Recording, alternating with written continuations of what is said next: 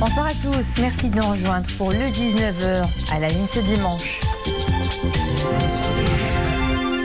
Covid-19, des indicateurs toujours au rouge, 3020 nouvelles contaminations, 46 décès.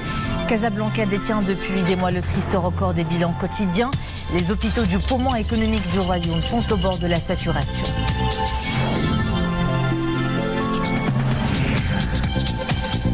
Les artistes de la mythique place Jamel Fna font leur comeback. Hier, des spectacles ont été animés par des conteurs, des musiciens et des acrobates. Un message de solidarité avec ceux qui font les beaux jours du site.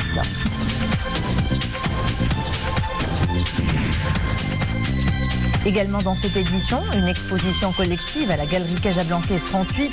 Une vingtaine d'artistes de tous les registres surfent sur une vague maculée, dite la vague blanche. Une exposition de la scène émergente à apprécier en fin de ce journal. Mais d'abord, ce rappel de la séance de travail présidée mercredi dernier au Palais Royal de Rabat par Sa Majesté le Roi Mohammed VI. Une séance de travail dédiée à la stratégie des énergies renouvelables dans le cadre du suivi des grands chantiers et projets stratégiques. Au cours de cette séance, le souverain avait relevé un certain nombre de retards pris dans l'exécution de ce vaste projet et a attiré l'attention sur la nécessité de faire aboutir ce chantier stratégique dans les délais impartis et suivant les meilleures conditions, en agissant avec toute la rigueur requise. Le développement des énergies renouvelables occupe dans le contexte actuel un rôle central dans l'évolution de l'économie mondiale et de la transition énergétique, ce qui conforte la justesse des choix stratégiques opérés par le Maroc sous la haute impulsion royale, visant à donner à ces énergies une place majeure dans le mix énergétique national et à consacrer le rôle pionnier et reconnu qu'occupe aujourd'hui le pays dans ce domaine d'avenir.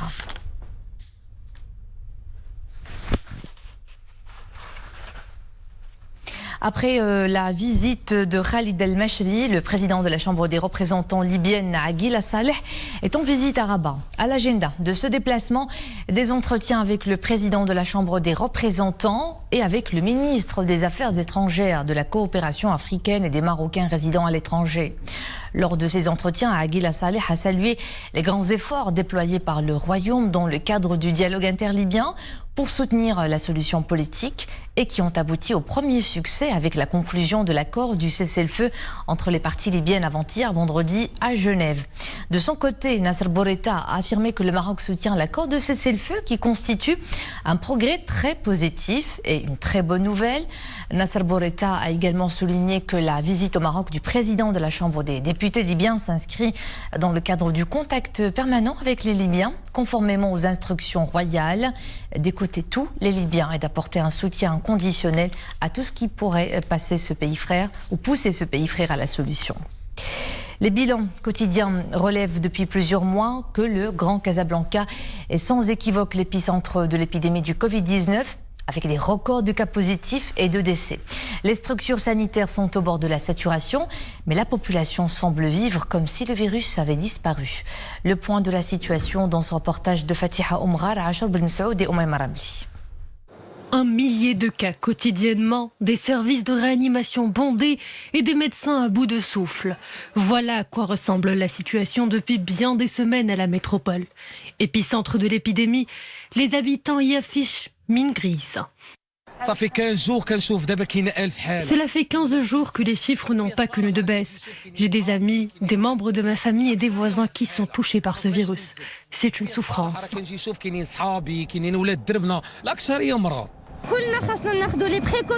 Il faut arrêter de prendre des libertés sans mesure avec le virus, ne serait-ce que pour nos aînés et pour les personnes avec des maladies chroniques. Pour qu'on puisse nous sortir de cette situation anxiogène, il faut respecter les gestes barrières. C'est la moindre chose que l'on puisse faire. Un minimum vital qui peut en sauver bien des vies, car depuis 4 semaines, le record des décès est tristement battu. كاين واحد الزيادة في العدد ديال الأشخاص المصابين بالفيروس ولكن كاين كذلك واحد الزيادة في الأعداد كيتوفاو كل يوم. Ces dernières semaines, on parle d'une quarantaine, voire plus de décès par jour. Les médecins ne peuvent rien faire des fois. Pour eux, c'est une frustration, ils subissent.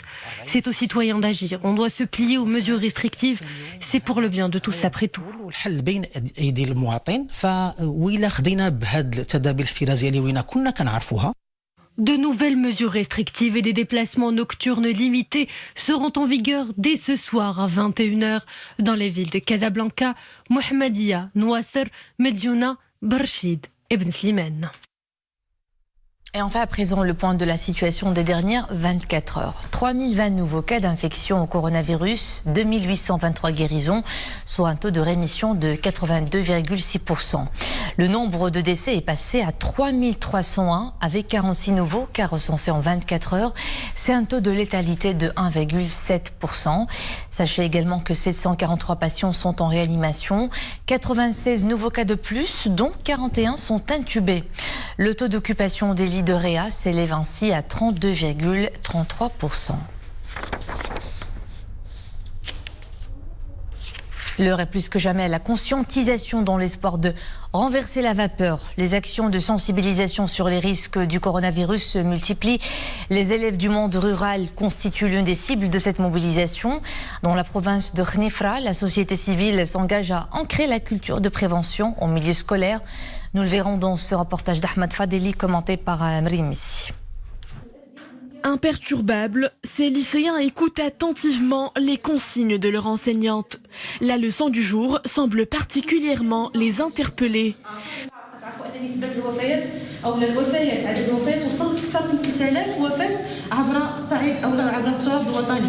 Des contaminations et des décès par milliers, les décomptes font froid dans le dos et nous imposent un nouveau rapport à l'hygiène. Une autodiscipline qui commence dès l'école. Ces élèves en sont plus que jamais conscients.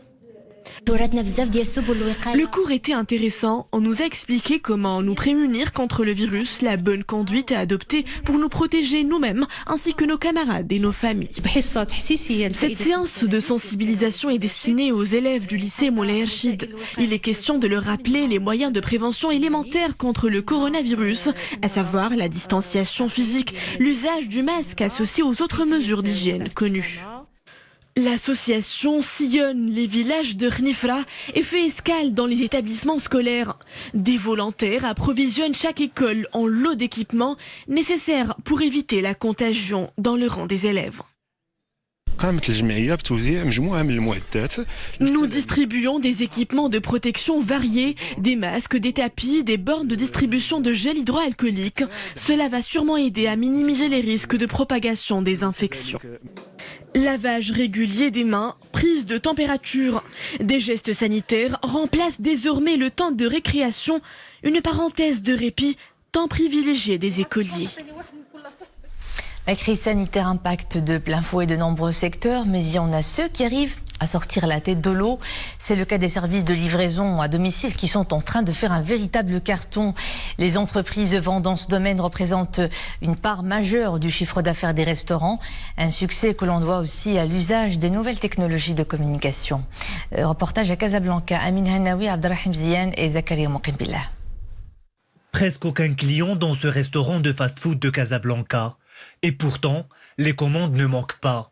À tour de rôle, des employés de sociétés de livraison à domicile passent à l'accueil. L'opération est facilitée par l'usage des smartphones et des nouvelles technologies de communication. En quelques instants, les repas sont prêts. Ne reste plus qu'à les livrer aux clients.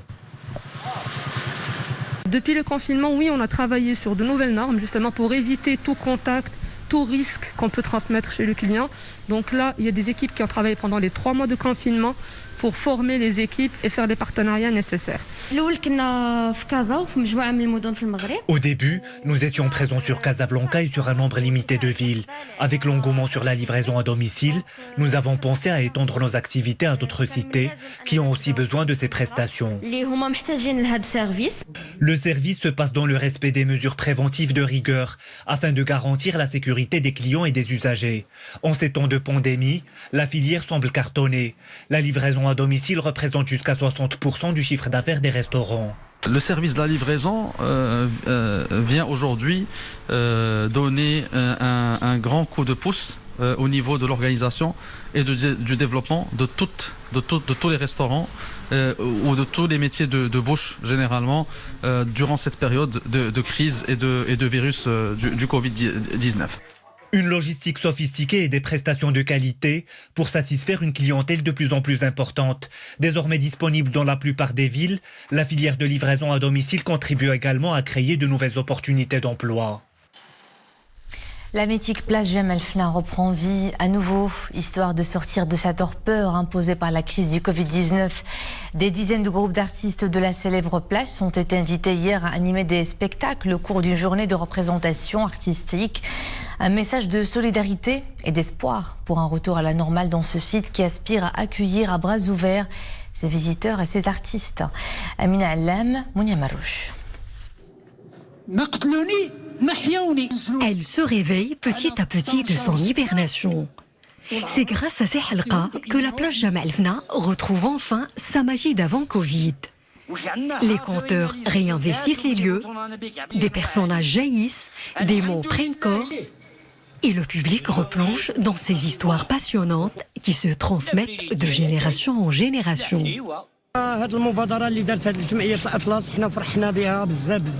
Cette initiative nous réchauffe tellement le cœur. Nous n'avons pas travaillé depuis 8 mois. C'était très dur. La reprise n'en est qu'à ses débuts. Le meilleur est certainement à venir.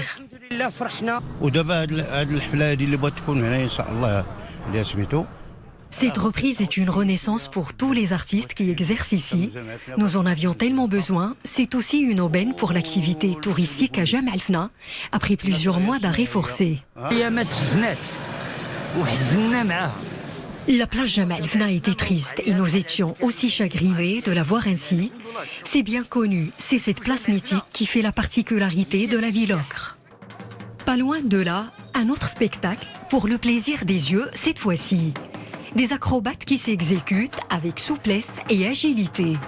Ils se dégourdissent les jambes après plusieurs mois d'inactivité.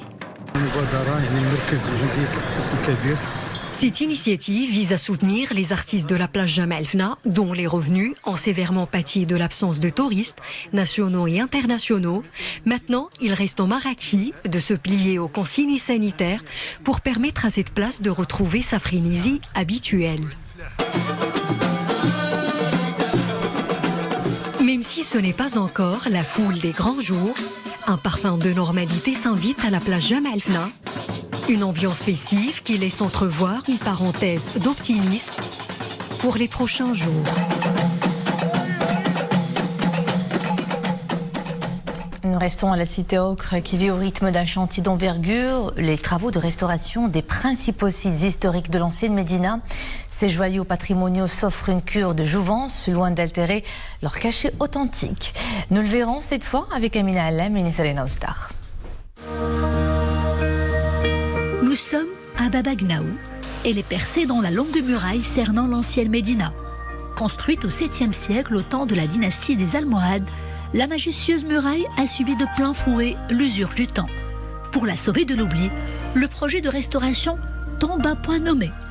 Les travaux sont entrepris avec beaucoup de délicatesse. Chaque millimètre compte, chaque coin et recoin raconte une histoire. Ces ouvriers spécialisés en restauration de patrimoine ont visiblement du pain sur la planche. Ce n'est pas une mince affaire. Beaucoup de difficultés s'imposent sur le chantier, d'où l'importance d'être très regardant dans le moindre petit geste. Concernant les murs, par exemple, il a d'abord fallu réexaminer ce qui a été fait en amont avant d'agir. Beaucoup de contraintes également concernant les éléments porteurs, comme les voûtes. Un grand travail de restauration avait été engagé sur place à l'époque de Sidi Mohammed Ben Abdillah, à la fin du XVIIIe siècle. Mais ces travaux n'étaient pas exempts de failles. Il a donc fallu traiter le problème à la racine. Et c'est ce que nous avons fait.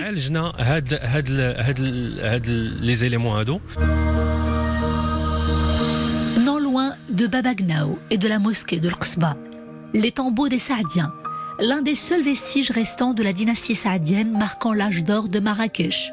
L'humidité et d'autres facteurs ont altéré l'esthétique du mausolée. Les principales allées ont été refaites, mais les travaux sont loin d'être terminés.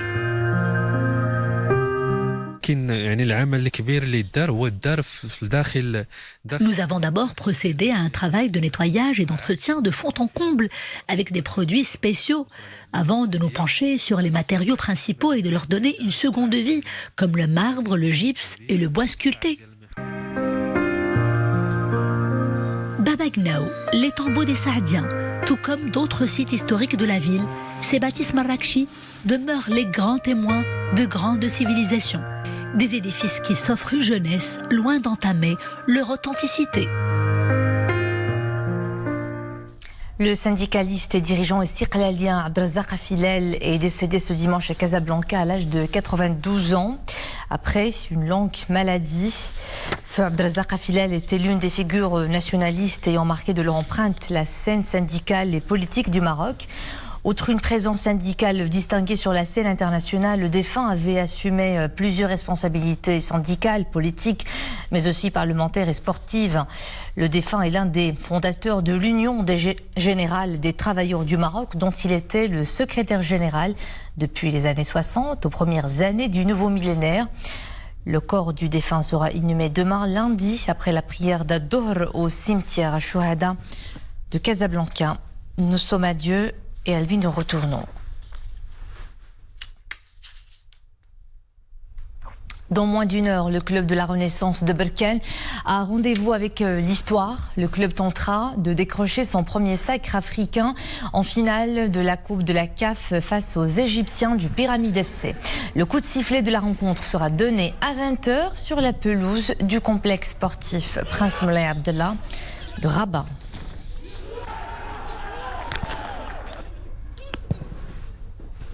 Ils font partie de celles et ceux qu'on nomme la nouvelle vague, celles et ceux qui ont, au début des années 2000, constitué une nouvelle scène artistique contemporaine extrêmement prometteuse, dynamique et affûtée. Ils se sont réunis dans une exposition intitulée La Vague Blanche, 20 ans d'art contemporain marocain qui prend des airs de bilan. Une nouvelle réflexion sur des œuvres singulières d'une densité remarquable. On découvre tout cela dans ce sujet de Dominique Orlando, Mustafa Ouda, Abdelillah El-Cheb. Ils sont, depuis l'équivalent d'une double décennie, les porte-drapeaux d'une nouvelle quintessence artistique, évidemment prête à toutes les tergiversations susceptibles de réussir à capter enfin notre attention. Quel que soit le mode opératoire, il faut admettre qu'ils y parviennent. Certains sans nécessairement opter pour l'attaque à tout prix.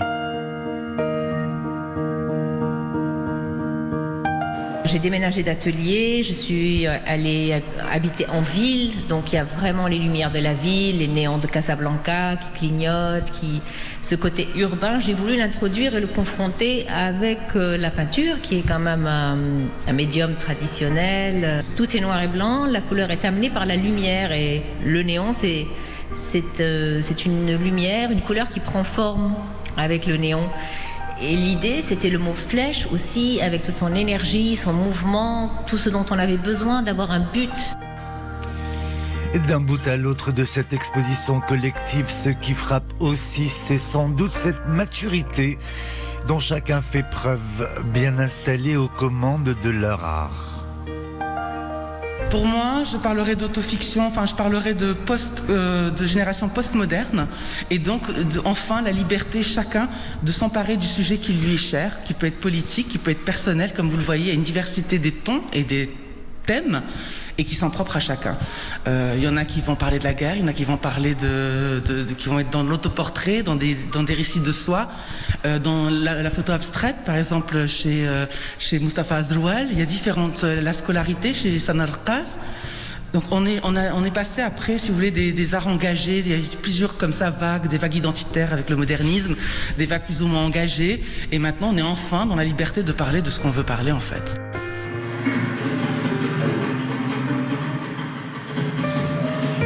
Longtemps décalée en raison de la pandémie du coronavirus, l'exposition est enfin ouvrable, ce qui correspond plutôt bien à la multiplicité des angles de vue sur le monde qu'elle suggère et convoque.